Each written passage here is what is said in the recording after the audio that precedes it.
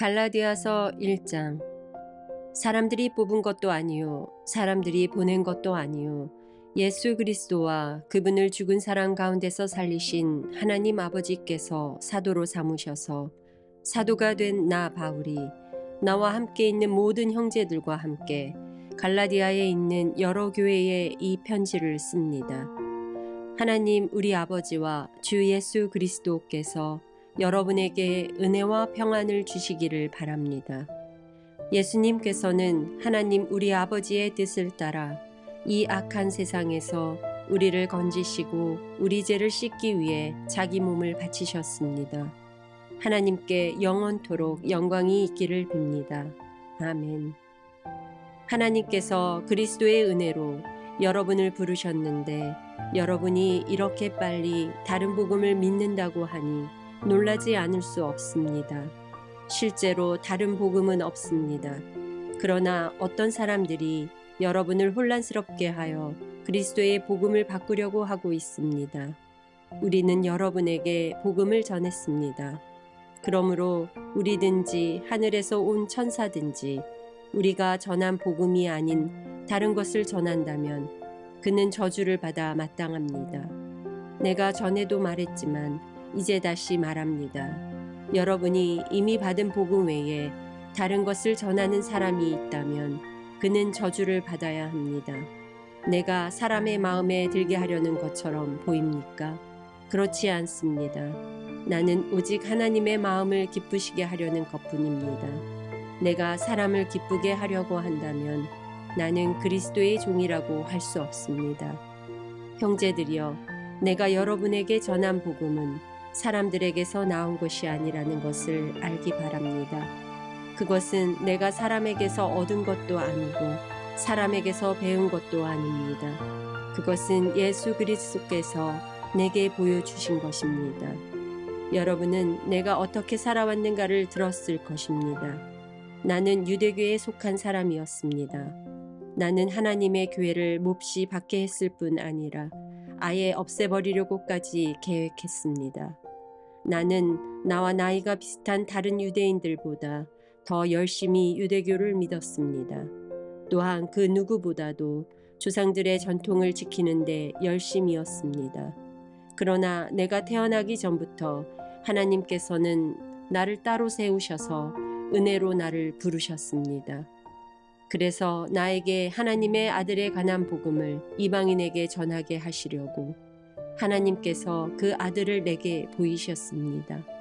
하나님께서 나를 부르셨을 때에 나는 어떤 혈육을 통해서도 가르침이나 도움을 받지 않았습니다. 나보다 먼저 사도가 된 사람들을 만나기 위해 예루살렘으로 올라가지도 않았습니다. 오히려 나는 곧바로 아라비아로 갔다가 다마스커스로 되돌아갔습니다. 3년 뒤에 나는 베드로를 만나려고 예루살렘으로 가서 그와 보름 동안을 함께 지냈습니다. 그리고 주님의 동생 야고보 외에는 그 어떤 다른 사도도 만나지 않았습니다.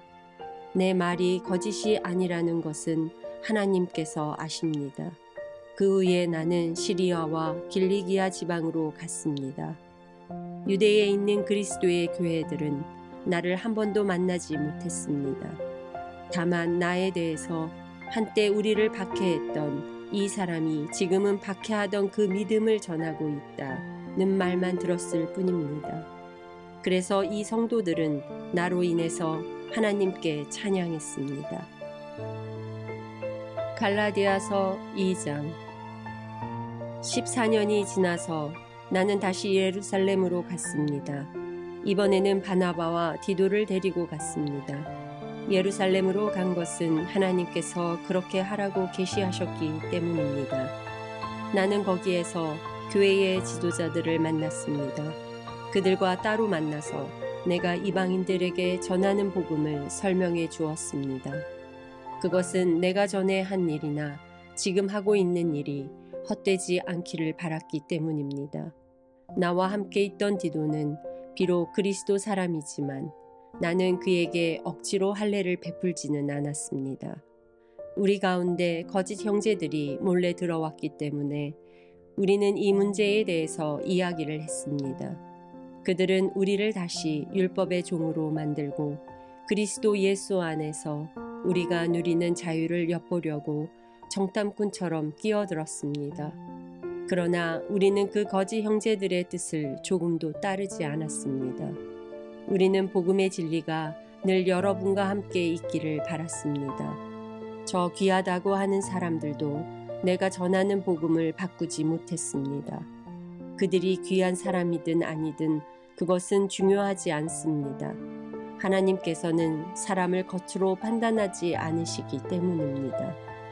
오히려 그 지도자들은 하나님께서 베드로를 통해 할례를 받은 유대인들에게 복음을 전하도록 하신 것처럼 내게도 할례를 받지 않은 이방인들에게 복음을 전하는 일을 맡기셨다는 것을 알게 되었습니다. 하나님께서는 베드로에게 유대인을 위해 사도로 일할 권리를 주셨고 내게는 이방인을 위해 사도로 일할 권리를 주셨습니다. 지도자로 인정받던 야고보와 베드로, 요한은 하나님께서 내게 주신 특별한 은혜를 깨닫고 바나바와 나를 인정했습니다. 그리고 그들은 바울과 바나바여, 그대들은 이방인에게 가십시오. 우리는 유대인에게 가겠습니다. 라고 말했습니다. 그들은 우리에게 한 가지, 곧 가난한 사람들을 기억해 달라고 부탁했는데 그것은 사실 내가 힘써 해오던 일입니다. 베드로가 안디옥에 왔을 때 그가 잘못한 일이 있어서 내가 그를 대면해서 나무랐습니다. 베드로가 안디옥에 와서 이방인들과 함께 먹고 있는데 야고보가 보낸 유대인들이 오자 먹는 것을 그만두고 그 자리에서 물러갔습니다. 그는 할례를 받은 유대인들을 두려워했던 것입니다. 이처럼 베드로는 거짓된 행동을 했고 다른 유대인 성도들도 거짓된 행동을 했습니다. 심지어 바나바조차 그들의 거짓된 행동에 유혹을 받았습니다.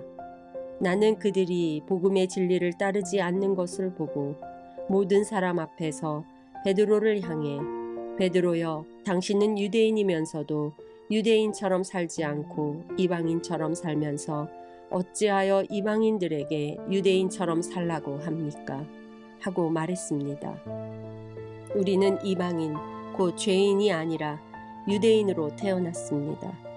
하지만 우리는 율법을 따른다고 해서 의롭다함을 받은 것이 아니라 예수 그리스도를 믿음으로 의롭다함을 얻은 것을 압니다. 그래서 우리는 의롭다함을 얻으려고 그리스도 예수를 믿었습니다. 우리가 의롭다함을 얻은 것은 그리스도를 믿었기 때문이지 율법을 지켰기 때문이 아닙니다. 율법으로는 어느 누구도 의롭다함을 얻을 수 없습니다. 우리 유대인은 의롭다함을 얻으려고 그리스도께 나아왔습니다. 그리하여 우리가 죄인이라는 것이 밝히 드러났습니다. 그렇다고 해서 그리스도께서 우리를 죄인으로 만드시는 것입니까?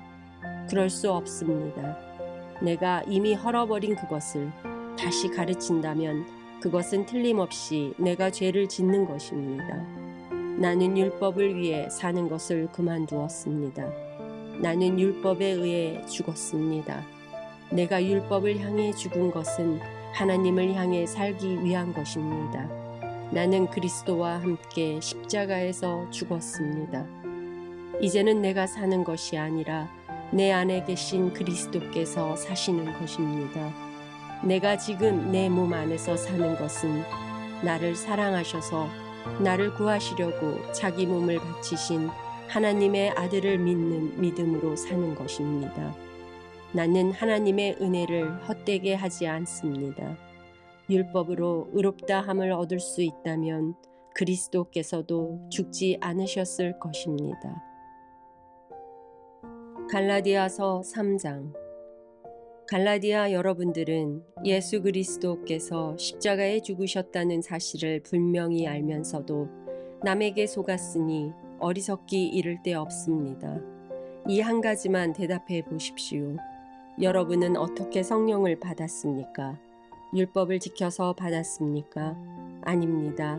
복음을 듣고 믿었기 때문에 받은 것입니다. 성령 안에서 살기 시작하다가 이제 와서 다시 자기 힘으로 살려고 하다니 여러분은 참으로 어리석습니다. 그렇게 많은 고난을 경험했는데도 그 모든 것이 다 헛일이었습니까? 그렇지 않기를 바랍니다. 여러분이 율법을 지켰기 때문에 하나님께서 성령을 주셨습니까? 아닙니다.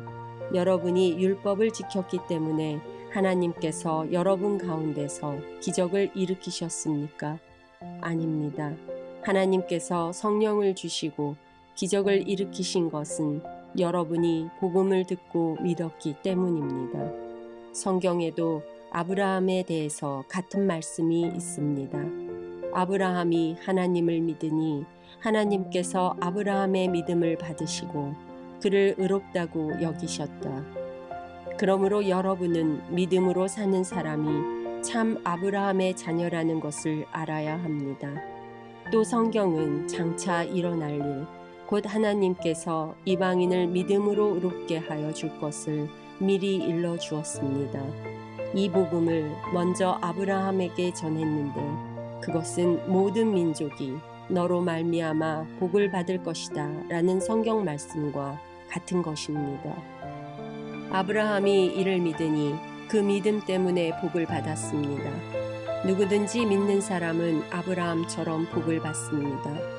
그러나 율법을 의지하는 사람은 다 저주를 받습니다.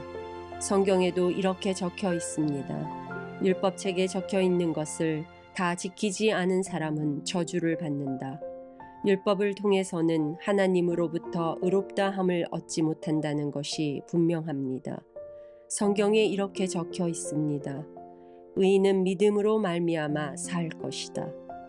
율법은 믿음에서 생겨난 것이 아닙니다. 율법을 지키는 사람은 율법으로 인해 살 것이다 라는 말씀도 있습니다. 그리스도께서는 율법이 우리에게 씌운 저주를 거두어 가셨습니다. 그리스도께서 우리를 대신해서 저주를 받으셨습니다. 성경에도 이렇게 적혀 있습니다. 나무에 달린 사람은 다 저주를 받은 것이다. 그리스도께서 그렇게 하신 것은 하나님께서 아브라함에게 약속하신 복이 이방인들에게도 미치게 하기 위함입니다. 이 복은 예수 그리스도를 통해 옵니다. 예수님은 우리로 하여금 하나님께서 약속하신 성령을 믿음으로 받게 하기 위해 죽으셨습니다. 형제들이여, 예를 들어서 말하겠습니다. 사람들 사이에서도 약속을 맺으면 아무도 그 약속을 무효로 하거나 어떤 것을 덧붙일 수 없습니다. 하나님은 아브라함과 그 자손에게 약속하셨습니다. 그런데 하나님은 여러 사람을 가리키는 말로 그 자손들이라고 하시지 않고 오직 한 사람을 가리키는 말로 내 자손이라고 말씀하셨습니다. 그 한 사람이 바로 그리스도이십니다. 내 말의 뜻은 이렇습니다. 하나님께서 아브라함과 맺으신 언약을 그보다 430년 뒤에 나온 율법이 없앨 수 없다는 것입니다. 만약 우리가 받을 유업이 율법을 통해서 온다면 그것은 약속에서 나온 것이 아닙니다. 하지만 하나님께서는 약속하신 것에 따라 아브라함에게 복을 베풀어 주셨습니다. 그렇다면 율법은 무엇을 위해 있습니까? 율법을 사람에게 주신 것은 하나님께서 약속하신 아브라함의 특별한 자손이 오실 때까지 죄가 무엇인지를 밝히기 위해서입니다. 율법은 하나님께서 중보자의 손을 빌어 천사들을 시켜 만든 것입니다. 그러나 중보자는 한 편에만 속해 있지 않습니다. 하지만 하나님은 한 분이십니다. 그렇다면 율법은 하나님의 약속과 반대되는 것입니까? 그럴 수 없습니다. 만약 사람에게 생명을 주는 율법이 있었다면 우리는 그 율법을 지킴으로써 의롭다함을 얻었을 것입니다. 성경은 온 세상이 죄에 갇혀 있다는 것을 보여주었습니다. 이는 믿음을 통한 약속을 주시기 위한 것으로 오직 예수 그리스도를 믿는 사람들만 받을 수 있습니다. 이 믿음이 오기 전에는 우리가 율법에 갇혀 있었습니다. 하나님께서 장차 올 믿음의 길을 보여주실 때까지 우리에게는 자유가 없었습니다. 그리스도께서 오시기 전까지는 율법이 우리의 선생이었습니다. 그러나 그리스도께서 오신 뒤에는 우리가 믿음으로 인해 의롭다함을 받을 수 있게 되었습니다. 이제 믿음의 길이 나타났으므로 다시는 우리가 율법에 갇혀 있을 수 없습니다. 여러분은 그리스도 예수를 믿는 믿음을 통해 하나님의 자녀가 되었습니다. 여러분은 모두 세례를 받아 그리스도와 연합하였으며 그리스도로 옷을 삼아 입었습니다. 그리스도 안에서는 유대인이나 그리스인이나 종이나 자유인이나 남자나 여자나 차별이 없습니다. 여러분은 그리스도 예수 안에서 모두 하나입니다. 여러분은 그리스도에게 속한 사람입니다. 그러므로 여러분은 아브라함의 자손입니다. 하나님께서 아브라함에게 하신 약속대로 여러분은 하나님께서 주시는 모든 복을 받습니다. 갈라디아서 4장. 내가 또 이 말을 하려고 합니다. 아버지의 재산을 물려받을 사람이 아이라면 그가 모든 것의 주인이라 하더라도 종과 다를 것이 없습니다. 어른이 되기까지는 그를 돌봐줄 사람의 말을 따라야 합니다. 그러나 그 아버지가 정한 때가 이르면 자유인이 됩니다. 이와 마찬가지로 우리도 전에는 어린아이와 같았습니다. 우리는 이 세상의 헛된 가르침 아래에서 종노릇을 했습니다. 그러나 정한 때가 이르자 하나님께서 자기 아들을 보내셨습니다. 그 아들은 여자에게서 낳고 율법 아래에서 살았습니다. 그것은 율법 아래에 있는 사람들을 구원하셔서 그들을 자기 자녀로 삼으시기 위해서입니다. 여러분은 하나님의 자녀입니다. 그래서 하나님께서 그 아들의 영을 여러분 마음에 보내주셔서 여러분이 하나님을 아버지, 사랑하는 아버지라고 부를 수 있게 하셨습니다. 여러분은 이제 종이 아니라 하나님의 자녀입니다. 여러분이 하나님의 자녀가 되었으므로 하나님께서 여러분에게 유업을 주실 것입니다. 옛적에는 여러분이 하나님을 알지 못하여 사실 신이 아닌 것들에게 종노릇을 했습니다. 그러나 이제는 여러분이 참 하나님을 압니다. 뿐만 아니라 하나님께서 여러분을 아십니다. 그런데 어찌하여 전에 여러분이 따르던 약하고 헛된 가르침으로 다시 돌아가려 합니까? 어찌하여 그런 것들에게 종노릇하려 합니까?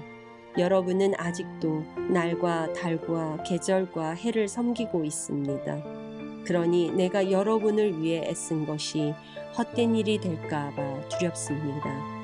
형제들이여, 내가 여러분과 같이 되었으므로 여러분도 나와 같이 되기를 바랍니다. 이제까지 여러분은 내게 잘해 주었습니다. 여러분도 알다시피 내가 여러분에게 처음으로 복음을 전하게 된 것은 내 몸의 병 때문이었습니다. 내 병이 여러분에게는 짐이 되었을 텐데도 여러분은 나를 미워하거나 저버리지 않고 하나님의 천사나 예수 그리스도처럼 맞아주었습니다. 그때에는 여러분에게 기쁨이 가득하더니 지금은 그 기쁨이 어디로 갔습니까? 지금 기억하기로 그때에는 여러분이 할 수만 있다면 여러분의 눈이라도 빼어줄 정도였습니다. 그런데 내가 이제는 진리를 말함으로 여러분과 원수가 되었습니까? 그 사람들이 열심히 여러분을 설득하는 것은 여러분을 위해서가 아니라 우리를 배반하고 그들만을 따르도록 하려는 것입니다. 사람들이 좋은 뜻으로 여러분에게 관심을 보인다면 그것은 내가 여러분을 떠나 있을 때나 여러분과 함께 있을 때나 마찬가지로 좋은 일입니다. 내 자녀들이여, 여러분이 참으로 그리스도와 같이 되기까지 나는 여러분을 위해 다시 아기를 낳는 어머니의 고통을 느낍니다. 내가 지금이라도 여러분을 만나 내 말투를 바꾸었으면 좋겠습니다. 여러분 일에 대해 어떻게 해야 좋을지 모르겠습니다. 여러분 가운데는 모세의 율법 아래에 있으려는 사람이 있습니다. 말해 보십시오. 여러분은 율법이 하는 말을 알지 못합니까? 성경은 아브라함에게 두 아들이 있었는데 한 아들의 어머니는 여종이었고 다른 아들의 어머니는 자유인이었다고 말합니다. 여종에게서 난 아브라함의 아들은 육체를 따라 태어났으나 자유인에게서 난 아들은 하나님의 약속을 따라 태어났습니다. 이것은 비유입니다. 이 여자들은 하나님과 사람이 맺은 두 언약과 같습니다. 한 언약은 하나님께서 시내산에서 정하신 율법입니다. 이 언약 아래에 있는 사람은 종과 같습니다. 하갈이 바로 이 언약과 같습니다. 이 하갈은 아라비아에 있는 시내산과 같으며 지금 이 땅에 있는 예루살렘과 같습니다. 하갈 자신도 종이며 그 후손들도 율법의 메인 종입니다. 그러나 위에 있는 하늘의 예루살렘은 자유스러운 여자와 같습니다. 그는 우리 어머니입니다. 성경에 이렇게 적혀 있습니다. 아기를 낳지 못하는 여자여 기뻐하여라. 아기를 낳는 고통을 느껴보지 못한 여자여 노래하며 외쳐라. 남편이 있는 여자보다 내 자녀가 더 많을 것이다. 형제들이여 여러분은 이삭과 같이 하나님의 약속을 따라 태어난 하나님의 자녀입니다. 사람의 방법으로 태어난 아들이 성령의 방법으로 태어난 아들을 괴롭혔듯이 지금도 그러합니다. 그러나 성경이 무엇을 말합니까? 여종과 그 아들을 내어 쫓아라. 자유인의 아들은 아버지의 것을 다 물려받으나 여종의 아들은 아무것도 받지 못할 것이다. 그러므로 형제들이여 우리는 여종의 자녀가 아니라 자유한 여자의 자녀입니다. 갈라디아서 5장. 그리스도께서 우리를 해방시키셔서 우리는 자유롭게 되었습니다. 그러므로 굳게 서서 다시는 율법의 종이 되지 마십시오. 나 바울의 말을 들어보십시오. 여러분이 할례를 받고 율법으로 돌아간다면 그리스도는 여러분에게 아무런 도움이 되지 못합니다. 내가 다시 모든 사람에게 경고합니다. 여러분이 만약 할례를 받는다면 여러분은 율법 전체를 지켜야 합니다. 여러분이 율법을 지켜서 의롭다함을 얻으려 한다면 여러분은 그리스도에게서 끊어지고 하나님의 은혜에서 멀어지게 됩니다. 그러나 우리는 성령의 도우심을 받아 믿음으로 의롭다 여김을 받는 이 소망을 간절히 기다립니다. 우리가 그리스도 예수 안에 있다면 할례를 받았느냐 받지 않았느냐는 중요하지 않습니다. 중요한 것은 사랑으로 말미암아 나타나는 믿음뿐입니다. 여러분은 지금까지 잘 달려왔습니다. 그런데 누가 여러분을 막아 진리를 따르지 못하게 합니까? 그런 유혹은 여러분을 부르신 분에게서 나오지 않았습니다. 조심하십시오. 적은 누룩이 반죽 모두를 부풀게 합니다. 그러나 나는 여러분이 그런 다른 생각들을 따르지 않을 줄로 믿습니다. 누구든지 여러분을 혼란하게 하는 사람은 심판을 받을 것입니다. 형제들이여, 나는 할례를 받아야 한다고 가르치지 않았습니다. 내가 할례를 가르친다면 어째서 아직도 박해를 받겠습니까? 내가 지금까지 할례를 가르쳤다면 십자가를 전하는 어려움도 사라졌을 것입니다. 여러분을 어지럽히는 사람들은 차라리 스스로 고자가 되어버리는 것이 좋겠습니다. 형제들이여, 하나님께서 여러분을 부르셔서 자유인이 되게 하셨습니다. 그러나 그 자유를 육체의 욕망을 채우는 기회로 삼지 말고 사랑으로 서로 섬기십시오. 모든 율법은 내 이웃을 내 몸과 같이 사랑하여라 하신 한 계명 속에 다 들어 있습니다. 여러분이 서로 해치고 헐뜯는다면 양쪽 다 멸망할 테니 조심하십시오. 그러므로 내가 말합니다. 성령을 따라 사십시오. 그러면 육체의 욕망을 따라 살지 않게 될 것입니다. 육체의 욕망은 성령을 거스르고 성령이 바라시는 것은 육체의 욕망을 거스릅니다. 이 둘은 서로 반대되는 것이므로 여러분의 욕망대로 살 수 없게 합니다. 성령께서 이끄시는 대로 살면 여러분은 율법 아래에 있지 않게 됩니다. 육체가 하는 일은 분명합니다. 곧 음행과 더러움과 음란과 우상 섬기기와 마술과 미움과 다툼과 질투와 한해기와 이기심과 편 가르기와 분열과 시기와 술 취하기와 흥청거리는 잔치와 같은 것들입니다. 전에도 경고했지만 이제 다시 경고합니다. 이런 일을 하는 사람은 하나님의 나라에 들어가지 못합니다. 그러나 성령의 열매는 사랑과 기쁨과 평화와 오래 참음과 자비와 착함과 성실과 온유와 절제입니다. 이런 것들을 금지할 율법이 없습니다. 그리스도 예수께 속한 사람은 자기 육체를 정욕과 욕망과 함께 십자가에 못 박았습니다.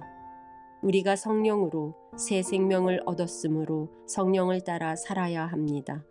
그리고 교만하지 말고 서로 다투거나 시기하지 말아야 합니다. 갈라디아서 6장. 형제들이여, 여러분 가운데서 누구든지 죄 지은 사람이 있거든 신령함을 지닌 여러분이 온유한 마음으로 그를 바로잡아야 합니다. 그러나 여러분도 유혹에 빠지지 않도록 조심하십시오. 여러분은 서로 다른 사람의 짐을 들어주십시오. 그것이 그리스도의 법을 이루는 길입니다. 아무것도 아닌 사람이 무엇이나 된 것처럼 행동한다면 그것은 자기를 속이는 일입니다. 자기를 다른 사람과 비교하지 마십시오. 사람은 저마다 자기 일을 살펴야 합니다. 그러면 자랑할 일이 자기에게만 있을 것입니다. 사람은 저마다 자기 일에 책임을 져야 합니다. 하나님의 가르침을 배우는 사람은 가르치는 사람과 모든 좋은 것을 나누어야 합니다. 스스로 속이지 마십시오. 하나님을 속일 수는 없습니다. 사람은 자기가 심은 대로 거둘 것입니다. 자기 육체의 욕망대로 심은 사람은 육체로부터 썩을 것을 거둘 것이며 성령의 뜻을 따라 심은 사람은 성령으로부터 영원한 생명을 거둘 것입니다. 선한 일을 하다가 낙심하지 말아야 합니다. 때가 이르면 영원한 생명을 거둘 것이므로 포기하지 말아야 합니다. 기회가 닿는 대로 모든 사람에게 선한 일을 해야 합니다. 특히 믿음의 가정에 그렇게 해야 합니다. 내 손으로 이렇게 여러분에게 큰 글자로 씁니다. 여러분에게 억지로 할례를 받도록 하려는 사람이 있습니다. 그들은 육체를 꾸미기 좋아하는 사람들입니다. 그들은 그리스도의 십자가를 따르면 박해를 받을까봐 두려워하고 있습니다. 할례를 받은 사람들이 스스로도 율법을 지키지 않으면서 여러분에게는 할례를 받게 하려는 것은 여러분에게 한 일을 가지고 자랑하기 위함입니다. 그러나 내게는 우리 주 예수 그리스도의 십자가 말고는 아무것도 자랑할 것이 없습니다. 그리스도의 십자가를 통해 세상은 나에 대해서 죽었고 나는 세상에 대해서 죽었습니다. 할례를 받느냐 받지 않느냐 하는 것이 중요한 것이 아닙니다. 중요한 것은 하나님의 새로운 백성이 되는 것입니다. 이 규칙을 따르는 사람, 곧 하나님의 모든 백성에게 평화와 자비가 있기를 바랍니다. 그러므로 이제부터는 나를 괴롭히지 마십시오. 내 몸에는 그리스도 예수의 흔적이 있습니다. 형제들이여, 우리 주 예수 그리스도의 은혜가 여러분의 심령에 있기를 빕니다. 아멘.